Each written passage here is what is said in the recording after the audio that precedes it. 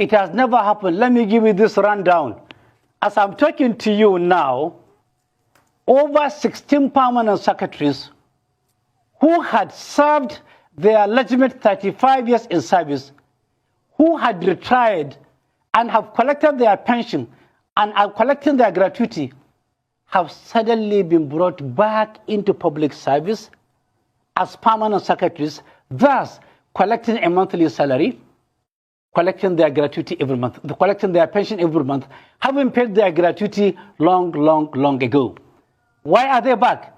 It is because they have been participants in the past looting, and being out of the system will not be safe for the current manager of the Nigerian economy, of the Katsina State economy. Secondly, they are also back because they have the permanence, they have the secretary to the government and the governor as people who are either their blood relations, or they are personal friends, or they are own partners in crime. Therefore, keeping them longer outside the system of government will not be safe for them and will be giving the governor and the SSG sleepless nights. Number two, where you have a cashier, there is a cashier called Masaudu. He was a cashier in the government house for 6 years. During his reign as the cashier, he was the closest person to the SSG. And by the last count, they have withdrawn in cash within the period of 5 years over 40 billion naira, with Masaudi's name appearing at every cash collection in tranches of 10 million over the last 5 years.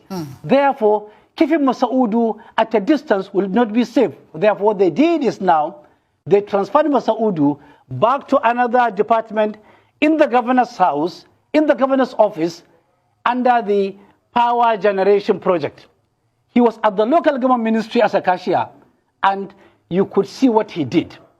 Within a day, he will go to the bank 25 times.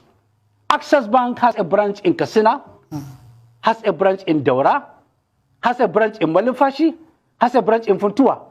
Now, in a kind of unbelievable behind-the-scene power, you will see in bank statement the same cashier, Masaudu, have visited Malumfashi with 20 checks of 10 million naira, let's say on 1st January, and he has cashed them. In the same day, he has been to Daura with 32 checks of 10 million naira, cashed them. In the same day, he was in Katsina Central with 28 checks of 10 million naira, cashed them. And in one breath, you see him in Malumfashi, all on the same bank statements, such that in one day, he will collect 1 billion naira cash. In a total of 1 month, he will collect over 6 billion naira cash. Recently, in a bank, in Access Bank, I have the account, I have the details, I have everything. In between just one account, Katsina State government has 43 bank accounts. In just one account, in 5 years, Masaudu Aliyu collected 11 billion 498 million in cash. One begin to wonder, where is EFCC?